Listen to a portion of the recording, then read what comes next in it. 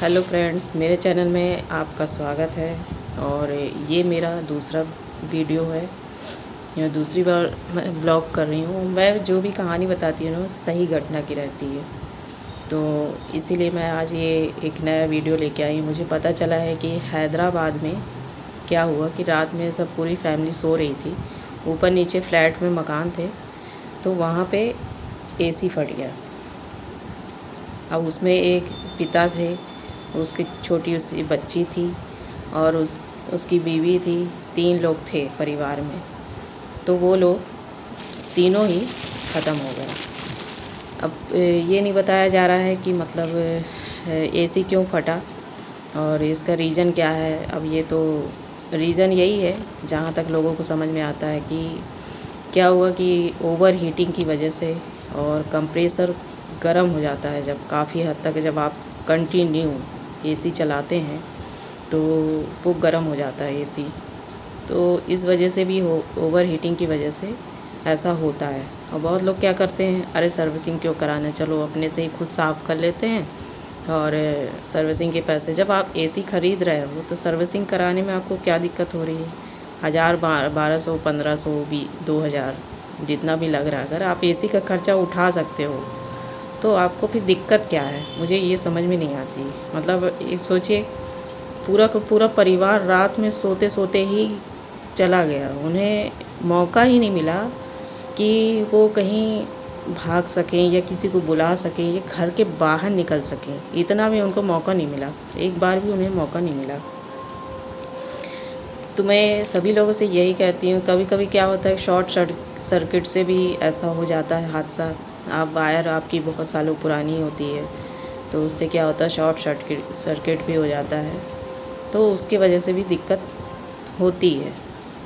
तो मैं यही सब लोग से कहती हूँ कि भैया, अगर आप कोई चीज़, बड़ी चीज़ आप ख़रीद रहे हो तो उसका मेंटेनेंस भी बहुत ज़्यादा ज़रूरत है। खैर, भगवान के आगे तो कुछ भी नहीं कह सकते, अपन कितनी भी सुविधा प्रदान कर लें, लेकिन अगर भगवान नहीं चाहता है कि उनकी मृत्यु ऐसी ही थी।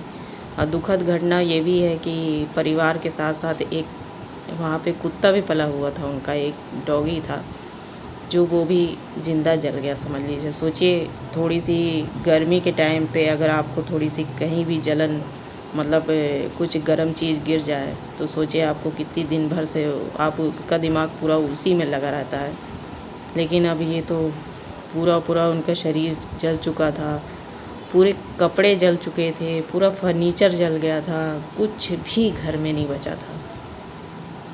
पलंग, सोफ़ा, सब कुछ खाक हो गया। तब आप सोचिए कि मतलब कितनी दर्दनाक मौत हो रही होगी, वो ही जानते हैं बेचारे, जिन्होंने झेला है।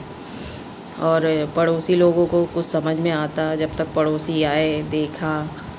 और पड़ोसी भी ऊपर वाले फ्लैट में रहते थे, तो उनके यहाँ भी थोड़ा बहुत तो आँच गई होगी, तब उन्हें पता चला होगा। रात की बात है ये, तो उन्हें भी कहाँ, सब लोग रात में अपना गर्मी के टाइम अपना कमरा बंद किए और एसी चालू करा, सो गए।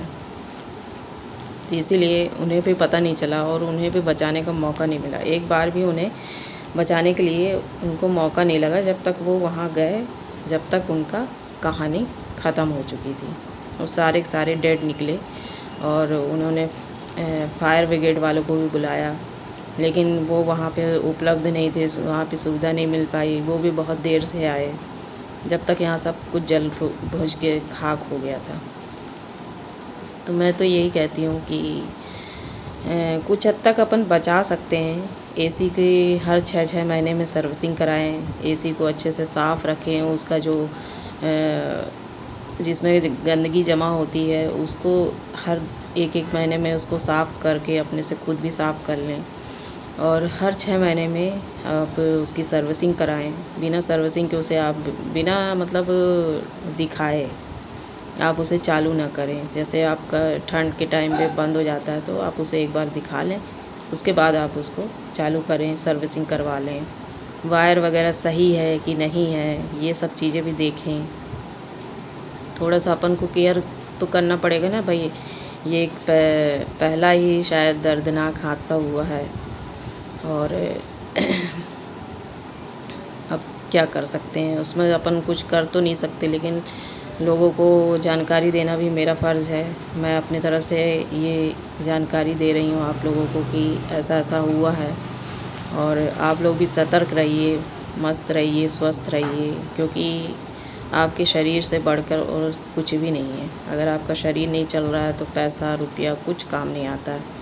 एक लास्ट टाइम पे पैसा रुपया कोई काम नहीं आता है, मैंने ये देखा है। आप कितना भी कमा लो, बहुत लोग लगे रहते हैं, अरे मैं इतना पैसा कमा लूँ, ये कर लूँ, वो कर लूँ, क्या फ़ायदा? आगे चल के तो आपको मरना ही है, सब कुछ यहीं धरा का धरा रह जाएगा। लेकिन हाँ, अपने खाने पीने का इंतज़ाम आप करिए, अति मत करिए किसी चीज़ की, किसी का दिल मत दुखाइए, अति मत करिए। यहाँ पे तो बहुत लोगों को मैंने देखा है, बस दूसरे का नोचते खाते हैं। आजकल डॉक्टर को देख लीजिए, वो नोचता है, और अगर आप भगवान न करे किसी केस में फंस गए हों तो वकील खा लेता है दुनिया भर की परेशानियाँ। तो यही है कि आप ऐसे किसी चीज़ में फंसे ना कि आपको दिक्कत हो आगे चल के, और कोशिश यही करिए कि सब कुछ अच्छा रहे, नॉर्मल रहे, आप स्वस्थ रहें, क्योंकि हमारा स्वस्थ रहना ही हमारे शरीर के लिए बहुत सही रहेगा। क्योंकि अगर हमारे हाथ पैर ही काम नहीं करेंगे तो फिर हम आगे अपनी ज़िंदगी कैसे काटेंगे। मेरे भी बहुत सारे हेल्थ इशू हैं जिसके कारण मुझे बहुत दिक्कत होती है, लेकिन ठीक है, चल रहा है। मम्मी की भी तबीयत सही नहीं रहती है, वो भी चल रही हैं जैसे तैसे, दवाइयाँ करा रहे हैं हम लोग, अपनी भी दवाइयाँ चल रही हैं, उनकी भी दवाइयाँ चल रही हैं। तो यही है कि केयर तो करना पड़ेगा, और केयर अपने हिसाब से आपको करना है। और कोशिश करिए कि आप घर में कुछ भी चलाते हैं, वॉशिंग मशीन हो गई, और एसी हो गया, कूलर हो गया, कुछ भी, तो शॉर्ट सर्किट हो सकता है। एक दिन हमारे यहाँ क्या हो रही है, शीत आ रही है, तो शीत की वजह से दीवार का पूरा एरिया शीत के कारण सितंगी पूरी छाई हुई थी, और वहीं पे एक बल्ब लगा हुआ था।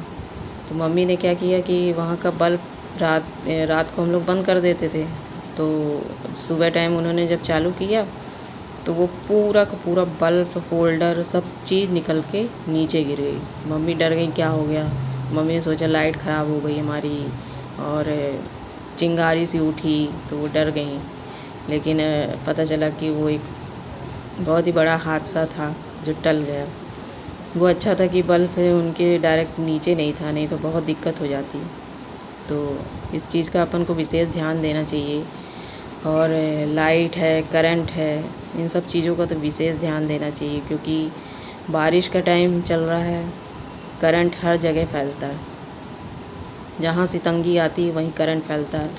आपकी बटन ख़राब है, तार सही नहीं है, हर चीज़ के लिए काम मत चलाइए, उसको सब चीज़ मेंटेन करिए, सही रखिए, तो आप लोग को भी दिक्कत नहीं जाएगी। नहीं तो आप लोग को भी इतनी समस्या होगी। अब ये अभी तो अच्छा खासा पानी गिर रहा था, फिर अभी बीच में एकदम से बंद हो गया, तो आप सोचिए कि कितनी दिक्कत होती है। एक इतनी भयानक सी गर्मी है ना, करीबन हफ्ते 10 दिन हो गए, हफ्ते भर से ऊपर ही हो गए, पानी नहीं गिरा। और बहुत जगह देखिए तो वहाँ बाढ़ आ गई, लोग आपदाओं से मर रहे हैं। और मैं वीडियो देखती हूँ तो मेरे तो बिल्कुल देखने का मन नहीं करता। सोचिए उनके ऊपर तो बीता हुआ है वो, तो वो क्या करेंगे। देख के दया आती है उन लोग के ऊपर कि कैसा कितना बड़ा हादसा हो गया। वैष्णो देवी में देखिए वहाँ हो गया, झारखंड में देखिए वहाँ हो गया, हर जगह, उत्तराखंड में देखिए हर जगह बाढ़ आई हुई है।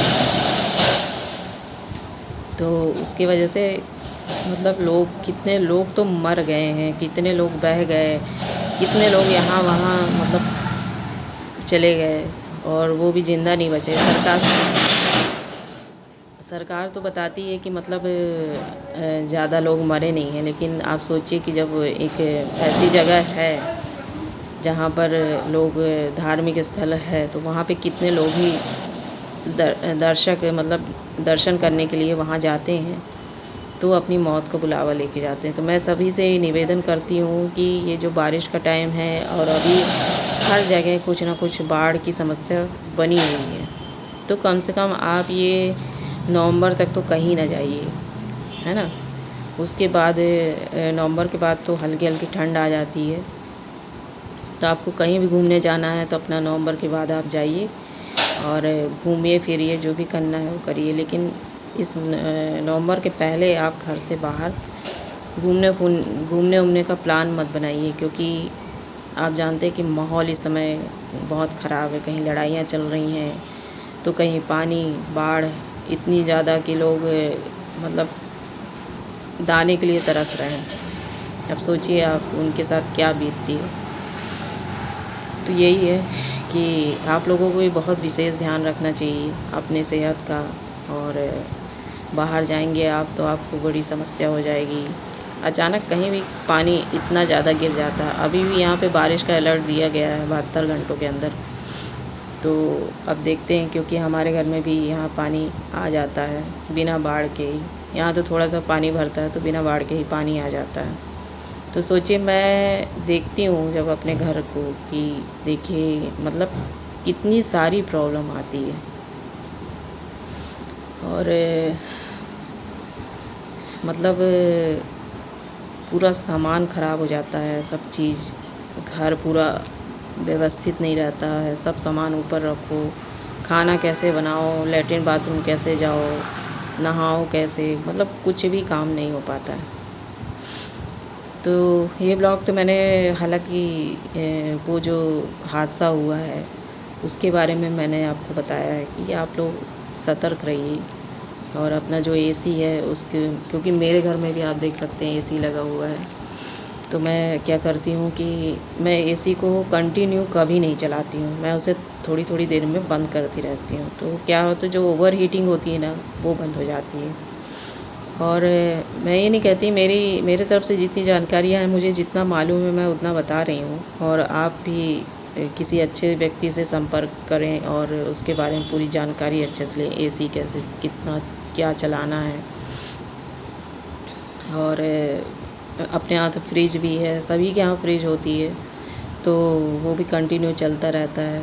तो उसकी भी साफ़ सफाई करना, और उसको भी थोड़ी देर उसको भी रेस्ट चाहिए। कोई भी चीज़ है, मोबाइल है, मोबाइल के साथ में भी हादसा होता है। अपन मेमोरी में भरते जाते हैं, अपन देखते नहीं, ध्यान नहीं देते कि ये मेमोरी हमारी फुल हो रही है।